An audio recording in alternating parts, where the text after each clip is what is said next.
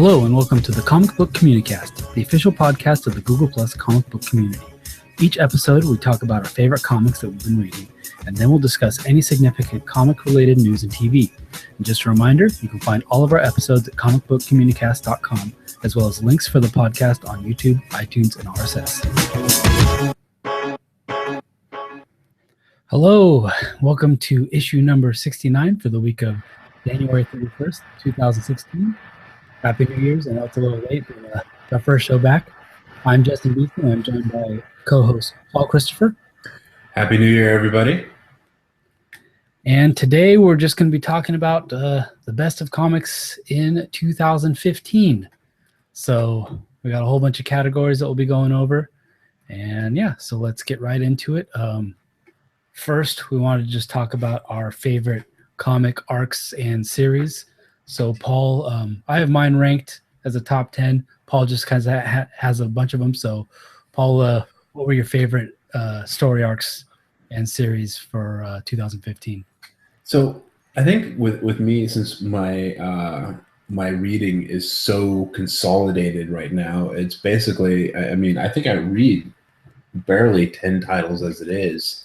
So I don't think I can even pull a top 10. But I've been particularly enjoying the arcs with Lazarus, where they're on this brink of war, and her father has been poisoned, and she's really starting to kind of like question who and what she is. So that's been going very well. And Velvet is awesome. Has been really, really awesome. And then like all the other books that I collect, like Saga and stuff like that, although like Saga is like freaking me out. I want the family to get back together. They need to get back together. But, and then there's the Fade Out, which, Ed Brubaker, his stuff is always on point.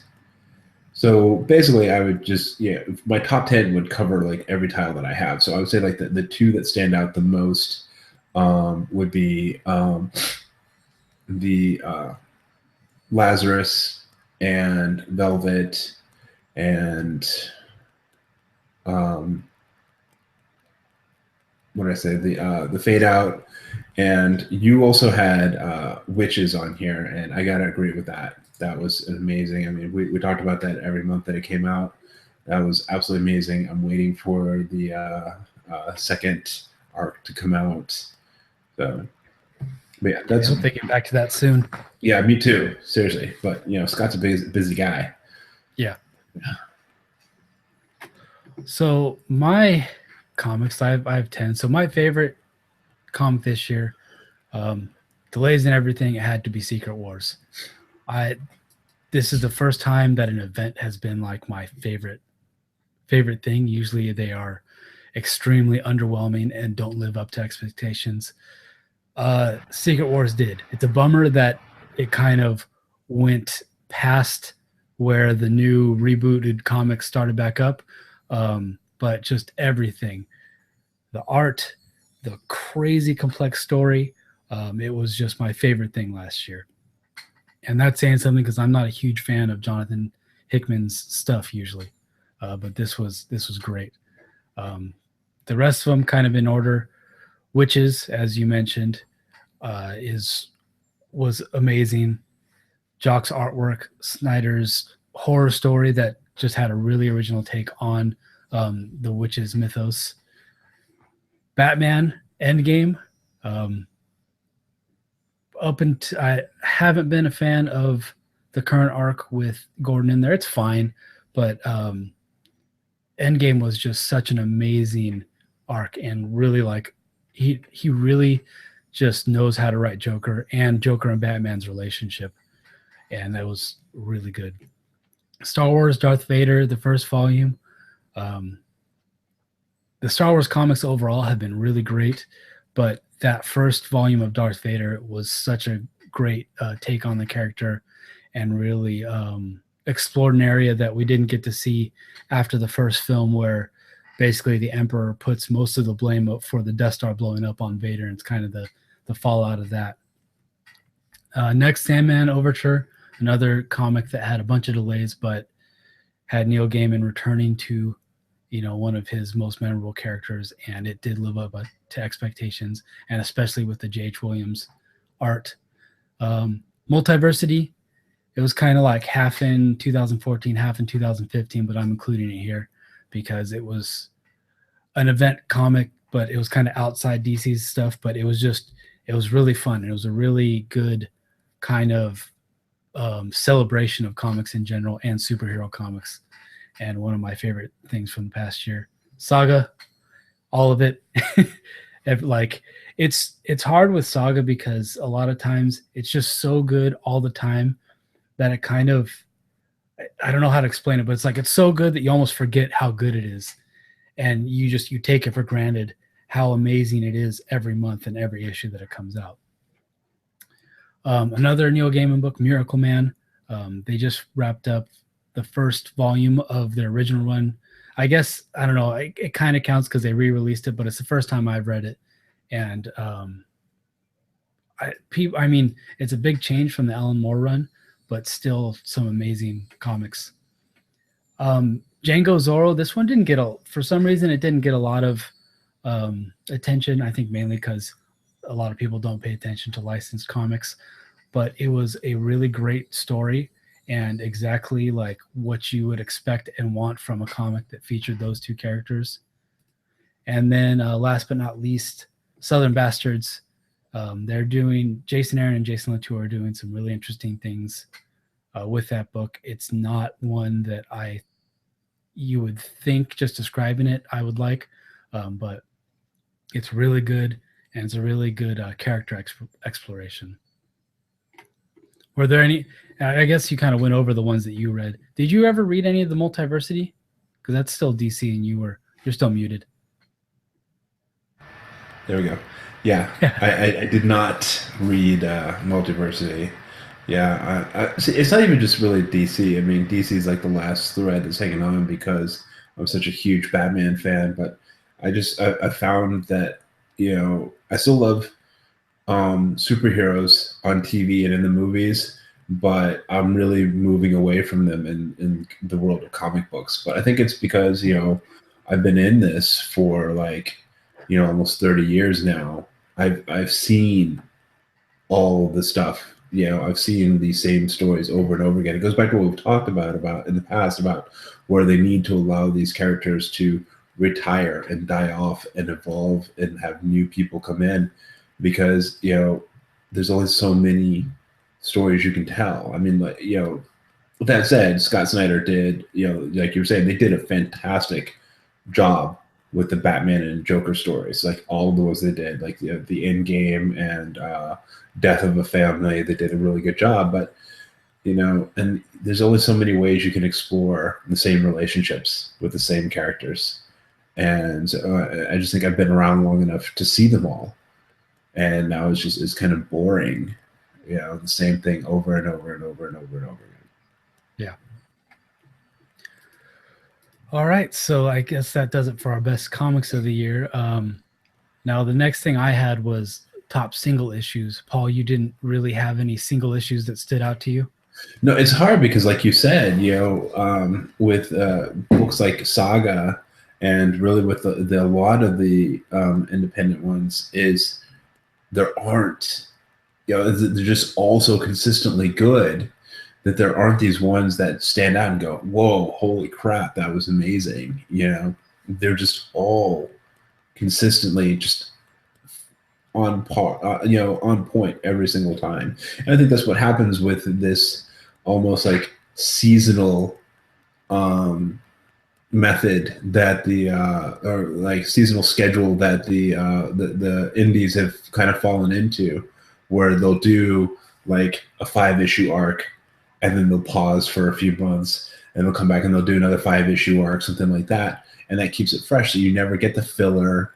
You never, they're not trying to come out every single month, like a Marvel or a DC, except for their what do you call it, their event ones, which never come out on time. But they're not trying to come out with a product every single month, so they just like put anything out so they have something out.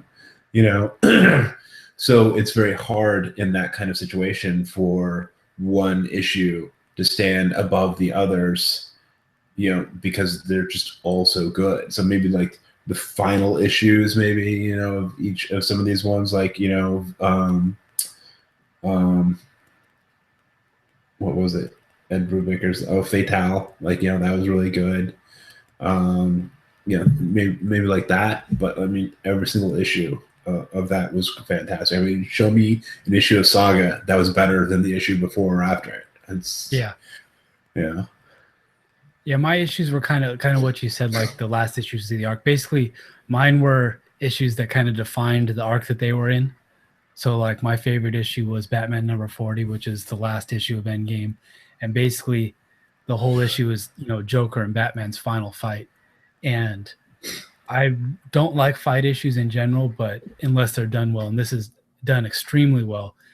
Greg Capullo, the way he depicted just this brutal, brutal fight between them, and then Scott Snyder, with their conversation going the whole time, is just some really excellent um, character work and analysis of their relationship going back and forth. Just amazing. My second one was Secret Wars number 2, and this is basically the issue.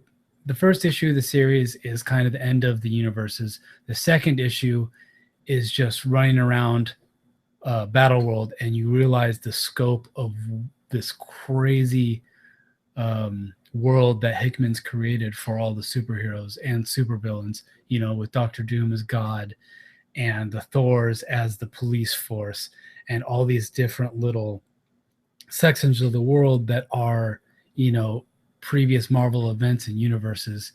And it's just every page is just whoa. So yeah, that's the one that stood out for me.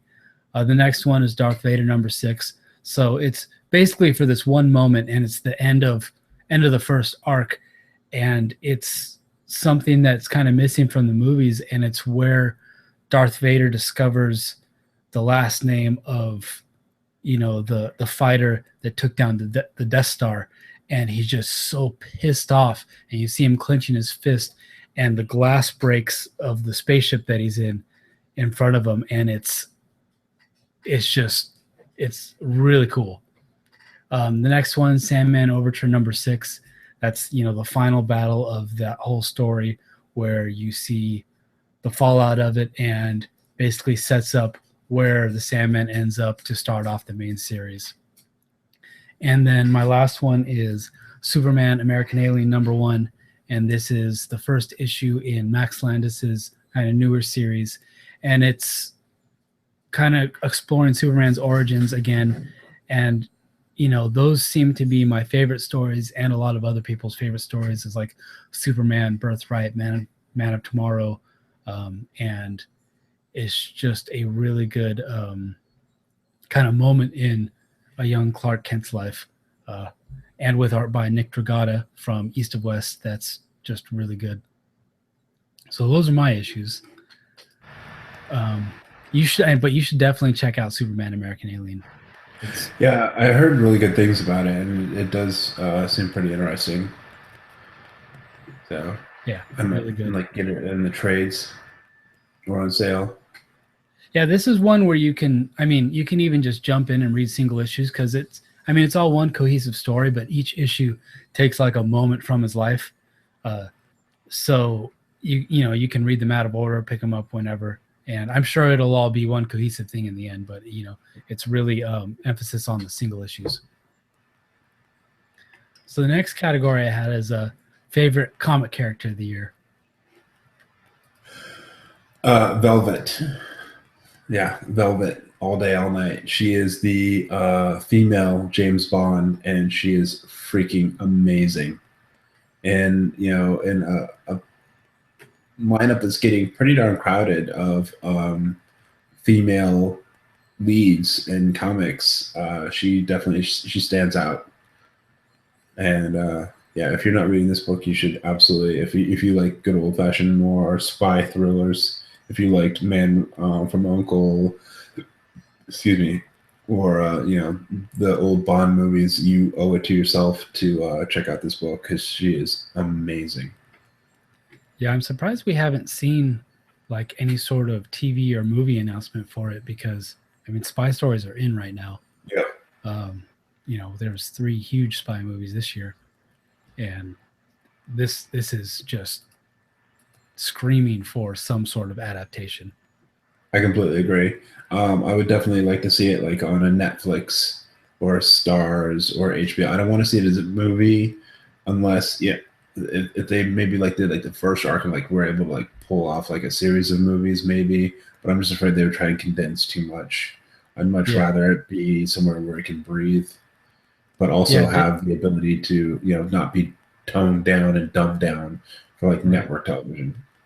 Yeah, I definitely benefit from like a serialized style. Yeah, absolutely.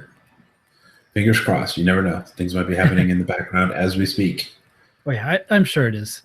I'm Yeah. sure they're looking at a bunch of different stuff for it. So mine was a Mark from Postal. So Postal somehow between all my things it kind of got edged out of my top 10, but it's a series that I really enjoyed. It follows basically a community in middle America where it's just all criminals, and it's kind of off the radar with a special agreement with the FBI to keep it a secret. And Mark is an autistic teenager who's the son of the mayor, and he's kind of like the detective of the series. And it's very interesting the way they portray him, and they really do a good job of perceiving like his worldview and how he sees everything and processes everything, and just a um, fascinating character and one of my favorites. Yeah, that's a He's book and I've been wanting to pick up because yeah, everything I've read about it, everything you've said about it, makes it sound incredibly interesting. I just haven't gotten around to it. right. It'll be a good book to read and trade as well, Mm. because it's very kind of decompressed. So yeah, it'll be a good trade book. Next thing, best writer, favorite writer. Well, Ed Brubaker and Scott Snyder, yeah, all day, all night. But I mean, then Brian K. Vaughan as well. Um, but yeah, the two that like I won't miss are Scott Snyder and Ed Brubaker. So it's got to be those two. I mean, I like Brian K. Vaughan, but I'm not going back and reading his old stuff. Like I tried why the Last Man, and I couldn't do it. So Oh no. no, Oh. no, I don't know why I couldn't do it. So like we've connected in this magical moment that is Saga, but he's not like Ed Brubaker where I'm digging back and like anything he's written I want to go back and read now. So Yeah. So mine is a surprise, surprise. Neil Gaiman. We had Sandman Overture and Miracle Man. Both are on my best of for the year. Close second would be Scott Snyder, but the this current Batman arc kind of hindered that. So Neil Gaiman would be my favorite for the year. speaking of Neil Gaiman, have you Oh, have you seen the Lucifer pilot yet? no, I heard it's terrible. I enjoyed it, but I haven't read any of the comics, and I'm sure if you're coming from the comics expecting it to be like that, you would probably hate it too.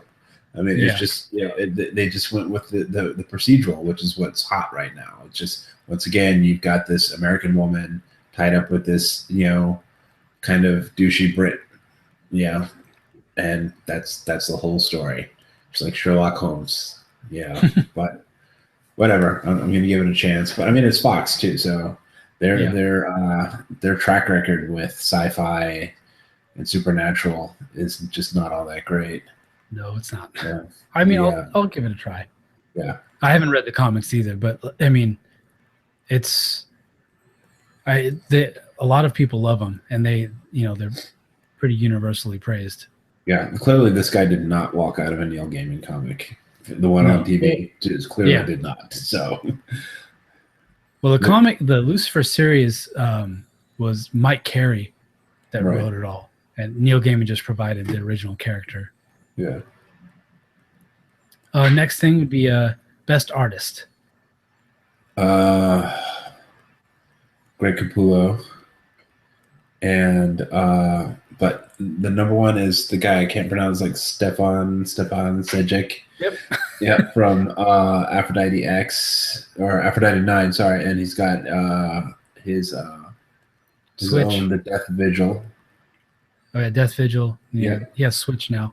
yeah. Oh, I'll have to check that one out. But the only problem is like he switched to this more comic booky style of art that I mean, it's still good, and he's really good with the facial features, like the facial expressions. But go back and look at like the first few issues of Aphrodite 9. That's the Stefan Sejic I want back. That art was just amazing, like so detailed, so hyper realistic. It was just incredible. So, but yeah, that's my guy. Yeah, he's usually on there for me, but it was kind of like the releases from him were pretty sporadic this year. Yeah, Uh, so it's kind of hard to follow him. Mine is J.H. Williams the third, who did, the Sandman Overture series, and it's just the stuff from him you don't see in other comics. It's just the panel layout, the detail, everything is just crazy and something you don't find anywhere else. And it's like that the series that he does can't be done by another artist the way he does it. Like nobody can do what he does basically. So he's mine. Close, up there. Greg Poole is up there, but my probably close runner up is Jock, who did Witches, and then he also did a fill-in issue of Batman that was really good. So anytime yeah. he's doing something I love. See, like Jock, he was great for Witches, and like nobody else I think could have done Witches and done it, pulled it off the same way. But like for me, that kind of art is particular to the right story. Like I didn't see the one with Batman that he did. So It was like for number me, that's a little bit 44. harder. I'll have to check that one out. Yeah, And it's there's kind of a standalone issue, but it ties in a little bit to the current arc, but it's mostly a standalone issue. and there's the guy who started out doing 10 grand, Ben Templesmith. Templesmith. Yeah, I met him a couple times at Baltimore Comic Con. He's a really good guy, really, fun to talk to. But again, like his art is like very specific. He did a couple issues of Batman, I think, as well. But He did so, Gotham by Gaslight. No, no, Gotham that by was Midnight. yeah, maybe yeah. One of those. Gaslight was like well before him. That was Right. I can't remember who that was, but yeah. Gotham But at Midnight or something like that. One of the newer Batman books. yeah. But anyway, so yeah, so like for artists like that, like I really like them, but they have to be in like the right storyline. Like I don't know about if I wouldn't enjoy Ben Templesmith doing Velvet, like the so Right. so.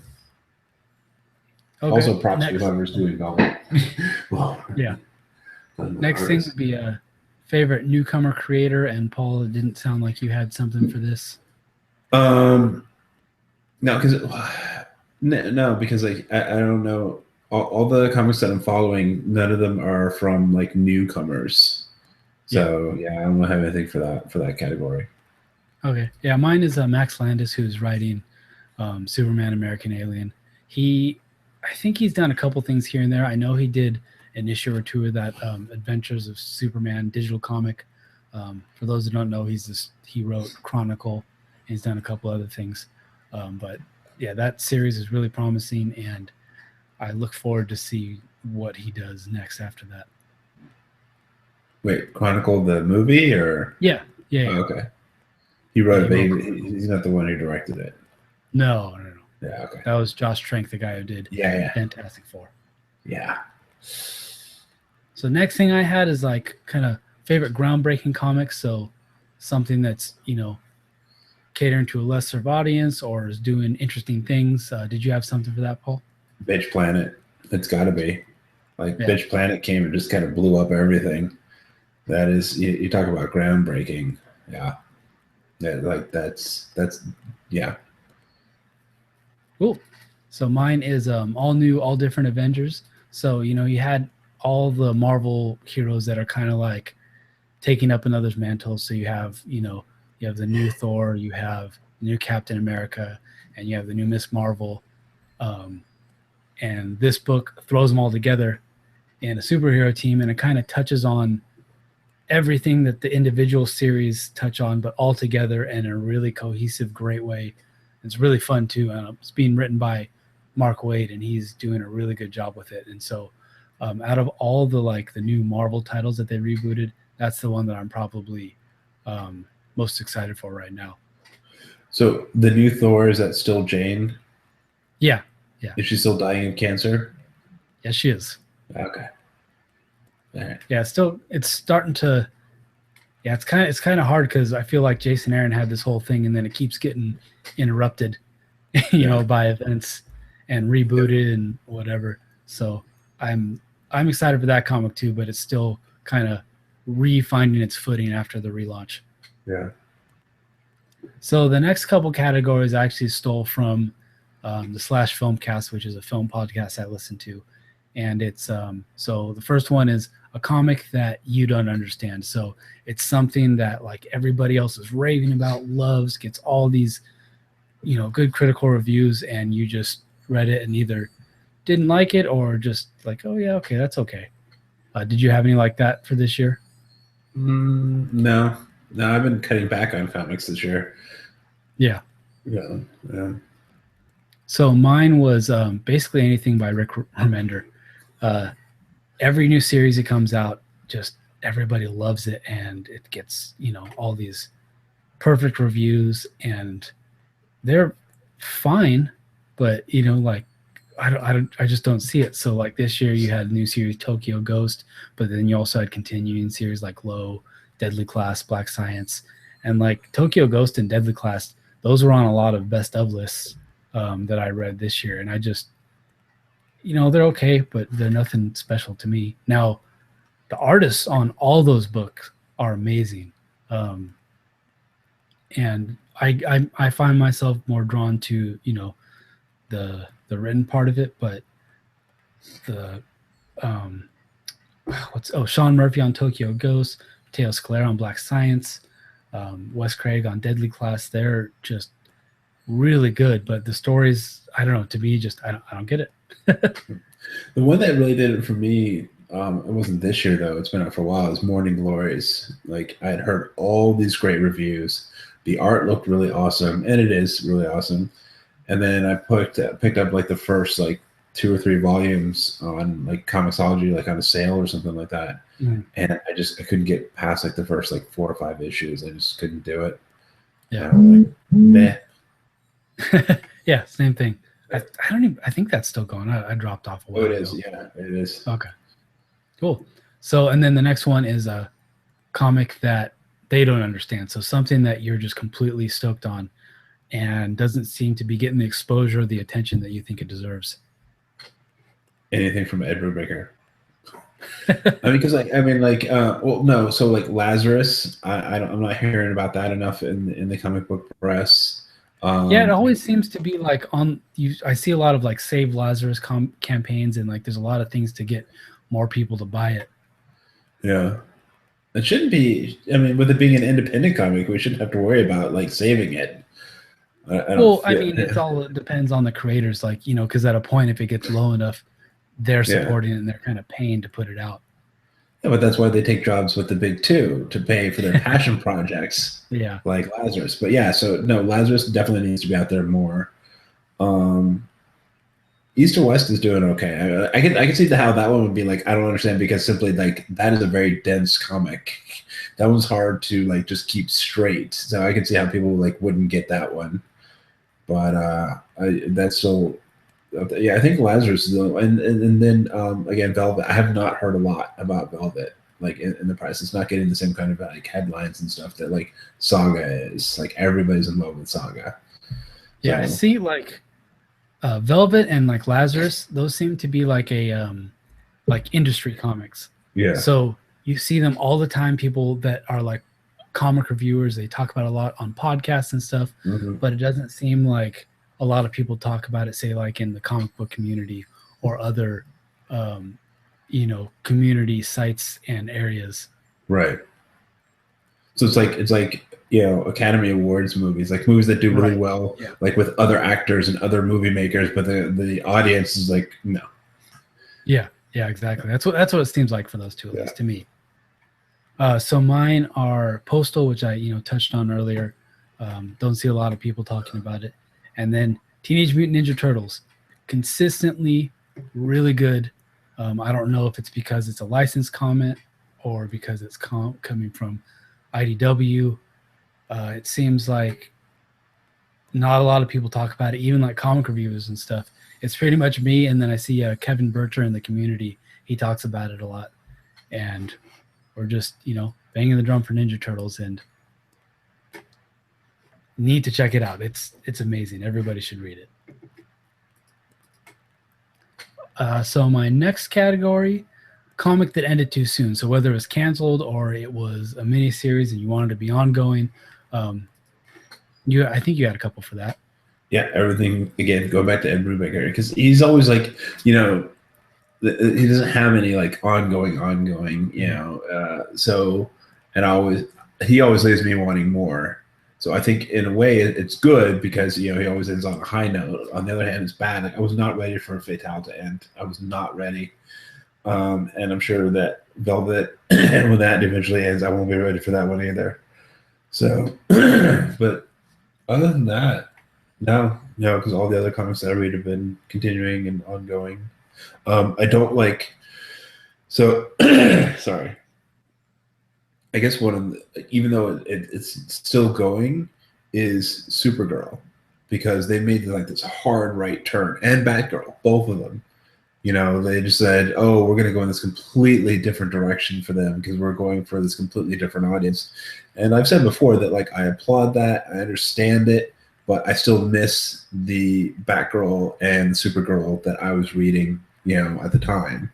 Yeah. So those I felt like ended too soon. I think that they could have easily gone in the direction that they decided to go in with like a separate title, without having to, you know, basically give up the direction that they had originally started in.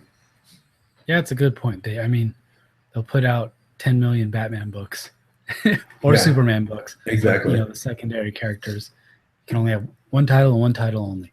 Yep. So mine, my first one was She-Hulk. So this was one written by Charles Soule, and it was kind of a lighthearted book, and a lot of it focused on her day job as a lawyer. And Charles Soule is a practicing lawyer himself, or was. I don't know if he's still doing it, but it was a really just fun book. And I guess the audience wasn't there, so it got canceled. He's doing Daredevil now, which kind of like could have the same thing since Matt Murdock's a lawyer, but it's a more serious book. And I think it was a lot. I read the first issue and I read the first couple issues and wasn't that blown away by it. So yeah, I miss She-Hulk. And then my other one was Daemon, and that is the vampire series from Boom that focused on their like assistants that help them out. And it was just a really good premise and a unique look at vampires and vampire mythology. And apparently that was a miniseries. I don't know if it was always planned like that. It seemed like it was going to be an ongoing, but that was another one that just had a bunch of delays. So maybe they decided to turn it into a mini. But hopefully, I think from the back matter, it sounded like it was kind of open ended, and they could pick it back up someday. And hopefully that's the case because I would like to see more of that. Next one, instead of a comic that ended too soon, is a comic series that needs to end. So something that's maybe going on too long and just needs to be put out of its misery. I can't really think. I can think of story arcs that need to end, like this whole Gordon Batman experiment that needs to end right now. Yeah, I agree. The Justice League, but then so I don't know what's going on with the Justice League anymore because they're like lagged behind the rest of the DC universe. So it's like, is Luthor still in charge? Because as soon as he like came on and he was like officially on the Justice League, I was like, okay, I'm done. So that needs to end so that I can get back into that comic, depending on what they're doing with it. I've heard good things about this whole Batman as a new god thing, so I do want to read those issues. It's good. It's starting to feel a little like Forever Evil to me again, like to where it started out really good and really promising, and then just kind of starts to drag. It's like, all right, wrap it up. You know, Yeah. like they took this break and then put out all these like one shots, Hmm. uh, and just I think there was one good one, and that was the Green Lantern comic. Um, but yeah, so I'm waiting for that to just be done and over with to see where the next thing goes. Yep. So for mine, I actually don't have any individual series. Mine is just pick any of the DC comics. Yeah. Like they're just, I feel like they're just. I mean, they know they're treading water. There's now rumors of another like semi reboot this summer, because none of their series are doing really great, except for I think Batman, and even that I I feel like is kind of dragging. Um, Capullo's leaving Batman at number 50, and they just announced that Scott Snyder's actually going to leave and go to Detective Comics. Um, so that's pretty interesting. And then my second one is any of the Inhumans comics. They're just Marvel is still just trying to shove them down our throats and trying to make us forget about the mutants, and it's not working. Stop it. Yeah, I think DC, short of hiring me, which is what their best decision would be, is to pay me large amounts of money, let me revamp your entire lineup. I will take care of it. I'll fix it for you. But short of that, what they really need to do is recognize what is working so well with the independent comics and hire those people, but hire them in an independent fashion. Like, Yeah, you know what I that's mean? Don't lash them to the slave mill. You know, let them come in and recognize, like, okay, you are this super awesome person. Have at. You know, you've proven with your own books that you're amazing. Do what you want with this character. And if they, you know, this whole idea of like DCU, so maybe it's canon, maybe it's not. I don't care. But like, what we just want is for you guys to produce amazing Batman stories. So turn it into kind of like an anthology thing. So you hire somebody to do, you know, an amazing 5 issue story arc, and you hire somebody else to do the next 5 issue story arc. And maybe they've got kind of like this one, you know, they have certain serialized threads that are carrying throughout, but the main part of it is, you know, individual for each one. And, you know, so you hire these great teams who have proven themselves, and you just leave them the fuck alone. You know, I I mean, think the like, biggest thing is the money too. You have, you know, these creators that can kind of sell a book by themselves, and they can either, you know, go make a higher page rate at Marvel or DC, or go to Image with their own stuff that they control, and maybe not make as much initially, but you know, all the royalties, all the back end, like that's all theirs. yeah, Everything that comes from it is all theirs. You know, Greg Rucka was on a Word Balloon podcast recently, and he's talking about just how, you know, his comics at DC, they're completely out of print for a few years, you know, like, and you know, their royalties are already small to begin with, but then if they don't even have it in print, they're not getting money, except for if, you know, and who knows about the digital sales. I don't know how that works, but it's just, there's not a lot of incentive for these people that can just sell their name to go work at the big two, and they're really suffering for it.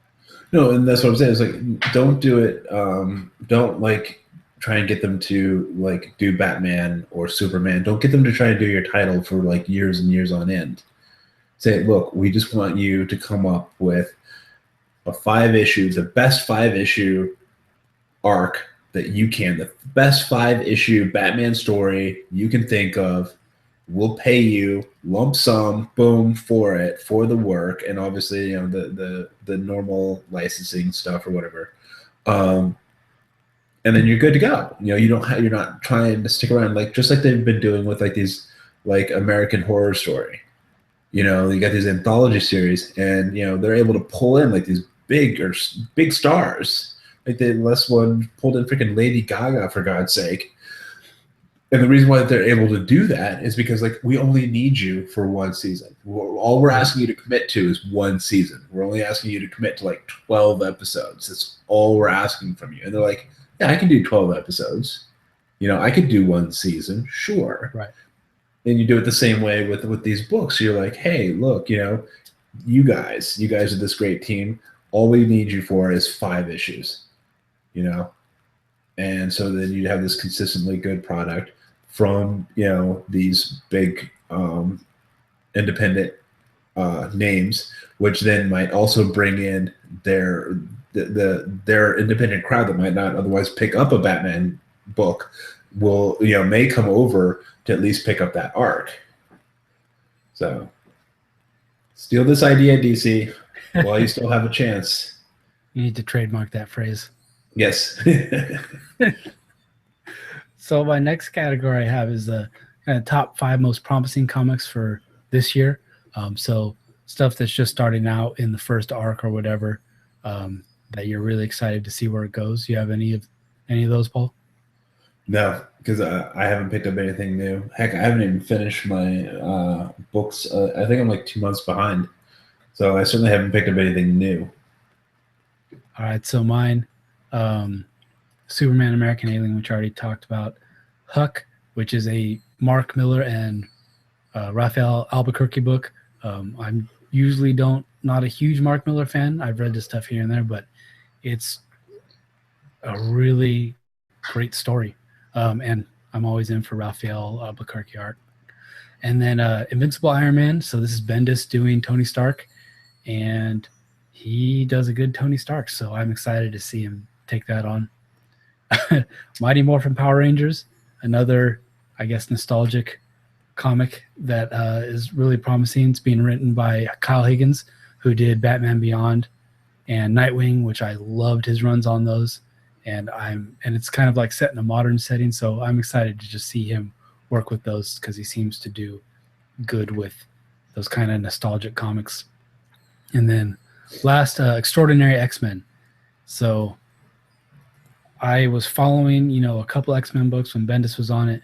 I just picked one this time, and this is Jeff Lemire, and I love his independent stuff. Haven't so much loved his work for hire, but so far, Extraordinary X-Men has been really good. It's a team with young Jean Grey, old Wolverine, or Old Man Logan, Storm, crazy Nightcrawler, because apparently something happened to him. And it's just really good so far. The need is a team with like the old and the young together. Well, and that's kind of what this is, but it has. No. I mean, like the older and younger versions of themselves. Oh, yeah. Not like the whole group, because I'm sure they did that when that originally happened.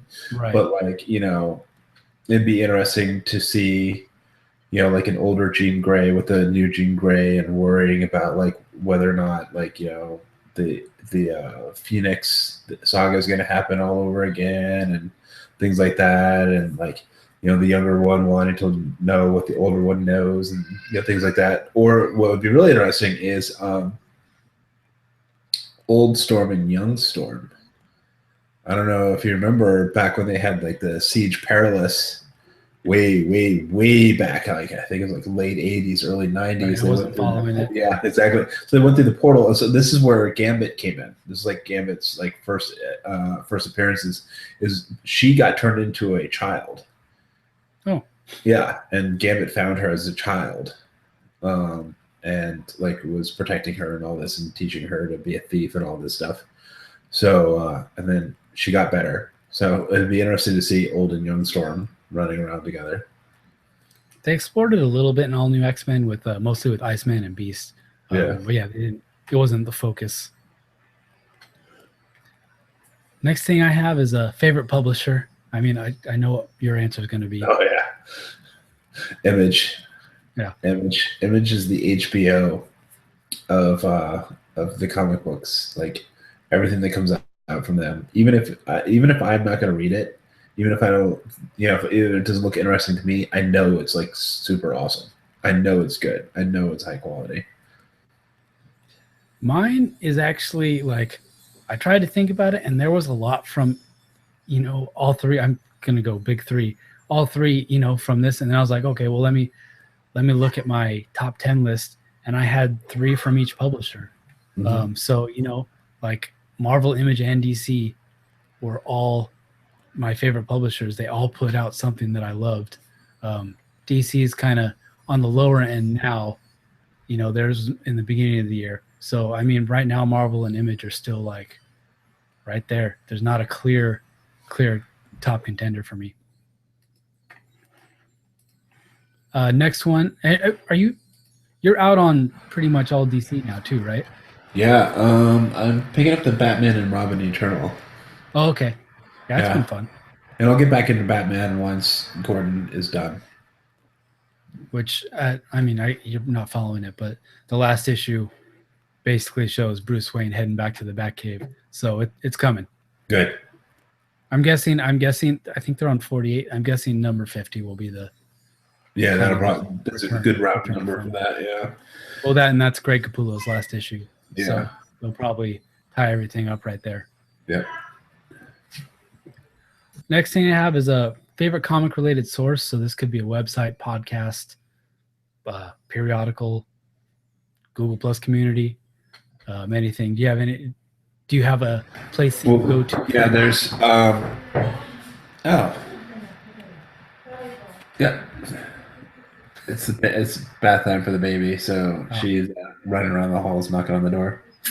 All right. So yeah, I get most of my news actually from the community.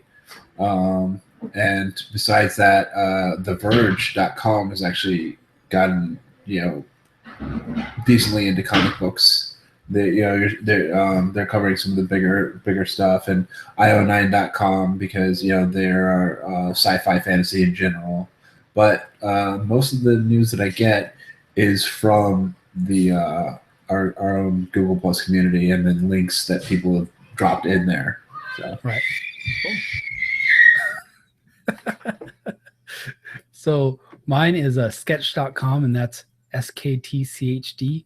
It's a new site started by one of the guys from Multiversity Comics, which was my old favorite site. And this site is cool because they really focus on kind of the behind the scenes business aspect of comics. So they'll talk about, what it's like for retailers. They'll talk to creators about their process and like what goes into putting out, their creator owned comics through articles and the podcast. It's just for me, like I love kind of, the behind the scenes stuff, and it caters exactly to, that aspect of comics for me, and I love it. So next thing, favorite comic TV series. yeah, I'm with you. Daredevil and Jessica Jones is right up there too, though. It's very close, and at least Jessica Jones didn't make us wait until the very last episode to see the stupid costume. Yeah.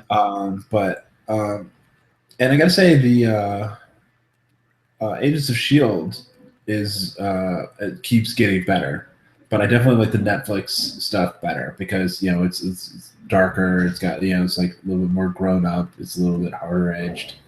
Um, so yeah, I would definitely say like you said, Jessica Jones. We talked about this before. It kind of dragged a little bit in the middle, so that's the only reason why it comes in second to Daredevil. Otherwise, I would say it's pretty much a tie because like I think Netflix and Marvel really knocked it out of the park with both of those series.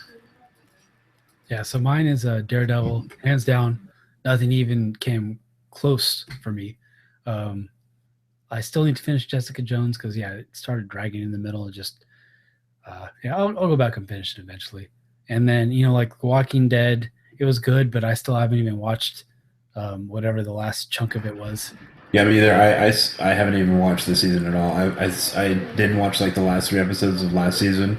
Haven't watched this season because it's just yeah. I don't know. There wasn't anything particular where I was just like, okay, I'm done. It just fell out of being important. Right.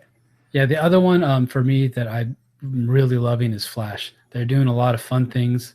It's and it's a good foil to Arrow, where it's just a fun comic book show, and they're doing a lot of crazy comic booky things. Favorite comic movie? What was yours? Um, yeah, I'm gonna have to steal your answer again. Because so we had Ant-Man, and that was good. It was surprisingly good. And we had Fantastic Four, which was abysmal. And then Kingsman, which is one of those sneaky ones that most people don't realize is a comic book movie because it doesn't have the Marvel flipping and all that stuff. But then there was also I almost completely forgot we had an X-Men movie this year, 2015. Did we have, or was that 2014? I think that might have been 2014. Oh, Yeah, see. Okay, yeah. Then yeah, it has to be Kingsman. I could be wrong. Yeah, 2014. Yeah. Okay. Yeah. So Kingsman it is. Kingsman it is. I mean, and that's not to say that like Age of Ultron was a little bit disappointing. You know, it was still good, but it was I felt like it needed to be bigger. And Ant-Man was good. I enjoyed that too. But out of all of them, yeah, Kingsman. Yeah, I pretty much agree with all your stuff. Age of Ultron was disappointing. Ant-Man was good. I actually didn't see it till later, but I really enjoyed it. But Kingsman just blew me away. Yeah. I came out of the theater just whoa, and some of the coolest fight choreography and just all around great movie.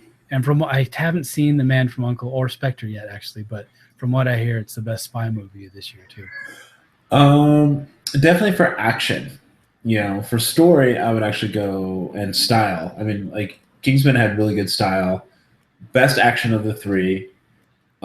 Style I would give to Man from Uncle actually, and the story from that was Okay. actually pretty good too.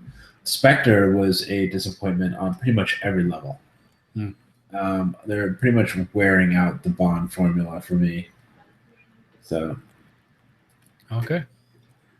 So now this this category has the potential to kind of run on, so we'll try and yeah, keep it limited. But our biggest disappointments in comics and comic related things. So what are some of yours, Paul? Gordon as Batman. Yeah. Um, the comic related things. What is Fantastic Four? Like I knew it wasn't going to be great, but I kind of had hope because Chronicle was good. I kind of like the idea of like doing a body horror thing, and like they were going to do they did the Ultimates backstory instead of the classic backstory. So I'm like, maybe. Plus, Marvel has clearly shown the way. So maybe finally they'll just look and go, okay, so we'll just do it Marvel's way. But they didn't. And it was awful. It was so bad. It was so. I felt like I was being punished. I felt like it was karma catching up to me or something. I don't know. It was so bad. So yeah, that was a major disappointment. Like I said, I was a bit disappointed with the Avengers because, first of all, Ultron, like the trailers. I remember the first few trailers actually kind of made me kind of like nervous because like Ultron just seemed like super menacing, super Yeah. powerful, and like seemed like a real threat worthy of these guys. And then he turned out to be like this, just like constantly cracking, sarcastic, and just not scary at all. Yeah. I did Not not like yeah, that portrayal. no, and then just the whole thing about like picking up a city and all. I was like, no. Ultron spreading his gray goo through the internet and creating other Ultrons like all over the world. That would have been scary. Him being able to take over the world because he can replicate himself through the internet into any manufacturing plant in the world instantly. He could instantly manufacture hundreds of thousands of himself all over the world. That would have been scary. That would have been really interesting. But that's not what they chose to do. Instead, they chose to pick up a city. Yep. I'd agree with that. Some of mine also the Batman Gordon arc. Um, Adventure Time, the comic series. Ryan North left to start writing Squirrel Girl at Marvel, which that book's fine, but I love Adventure Time, and the current writer is just such a step down. it was a really true all ages book. Like it was entertaining for anyone. Now it's just a kid's book. Yeah. So that's a bummer because the show is something that's on that level to where it's a true all ages creation where anybody can find some enjoyment in it. Convergence, just all around disappointment. Usually, like everybody complains about events. I do it too. Usually there's some redeeming quality there, even if it's not great. Convergence, just nothing. Nothing about that was any good. And just kind of the beginning. I don't know if it's the beginning of the end for DC, but just one more thing to tack on to their bad output.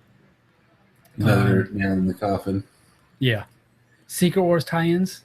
While the main series was amazing, none of the tie-ins for me really were that great. There was a couple okay ones, like Thor's, and I think Civil War was okay in 1872, but just not great.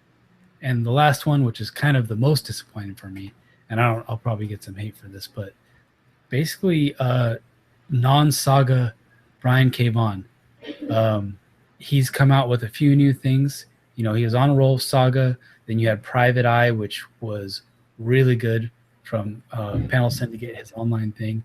And this year he came out with, crap, I forgot the name of it. The one where it's the U.S. and Canada are at war, and it's kind of in the future. I don't know. I can't think of the title. I'm having a brain fart right now, but it's okay. And then Paper Girls, which is just, I don't even know what it is. It's trying to be like an 80s horror sci-fi story, and it's just kind of a little too out there, and there's not a cohesive element. Saga's out there, but there's the art and the through line there is really compelling. And then his new Panel Syndicate comic, Barrier, it's bilingual. Not quite sure where they're going. Maybe it'll pick up after the first issue, but I just wanted to be excited for new Brian K. Vaughan and couldn't get there. Have you checked out any of his newer stuff? No, I was trying to look for. Is it this American Monster? No. Yeah, I was trying to find the one you were talking about, but yeah, I don't see it. Why? Yeah. Oh, We Stand on Guard. That's what. Okay. Yeah, no. Yeah, not great. So now to move on from our disappointments, favorite other things. So each episode we usually go through some non-comics related things that were taken in. So I figured maybe just a few of those that we loved this year. So for me, that would be sci-fi's revival, sci-fi's return to like actual, honest to God, like sci-fi stuff. The Expanse is proving to be really good. The Magicians also, it's only 2 episodes in, but I'm very happy with that. Childhood's End was cool. I enjoyed that. So and before that, Killjoys, I like that, and 12 Monkeys was very good, and I'm looking forward to the second season getting started. So all in all, sci-fi so far, in my opinion, is making a very successful comeback. Cool. So some of mine, Game of Thrones. I talk about it a lot. It's still my favorite show, I think. I mean, yeah. Yeah. Anything having to do with Star Wars: The Force Awakens. The movie was awesome. I saw it twice. There's a really good, I don't know if I'd call it a novel because it's 3 short stories, but Greg Rucka wrote it. It's called Star Wars, I think, Before the Awakening, and it kind of tells the story of Poe, Rey, and Finn leading up to the events of Star Wars: The Force Awakens. Do we find out who Rey's parents are? No. Not that far back. Sure. Yeah. That's probably a central mystery coming up. So they're just kind of like these aren't really crucial stories because obviously those are going to be in the movies, but they're fun kind of just character focused stories. Right. I bought it. I think it took me a few hours, and I was bought it, finished it the same night. Yeah. And then I touched on this before, but Adventure Time. They're back with season 7, and it's amazing, like always. Oh, and actually, one more thing that I forgot on my list, but South Park. This season has been amazing. Oh yeah, yeah, They're they're actually doing continuity. yep. They decided to tell a serialized story, and the subjects that they're dealing with and taking it to just craziness levels, and doing it well. It's kind of like a revitalized South Park. So definitely recommend checking that out. Anything else, Paul, or anything that we didn't cover? No, I think that covers about everything. Yeah. All right. I'm just waiting for everything to start back up again. Yeah, we've got what do you call it? We've got Agent Carter while we wait for Shield to come back, and waiting for the new season of Daredevil. You know, everything that I've seen from it so far has got me excited. Yeah, I Freaking can't wait. Punisher up in there, and now they're talking about maybe doing a Punisher series, which fingers crossed, I would I would love for that. Love for that. So yeah, very excited. Cool. So if that does it for us, then you can find links to all of our episodes on comicbookcommunicast.com. You can subscribe to our YouTube channel at youtube.com/comicbookcommunicast. Our audio version is on iTunes and RSS, so you can subscribe and rate us there as well. If you want to watch live, schedule's kind of spotty, but we usually record about once a month on Sundays at about 8 p.m. Eastern. So just watch our feed and we'll post the event and you can follow us there. Thank you and have a good night. Have a good night, everybody.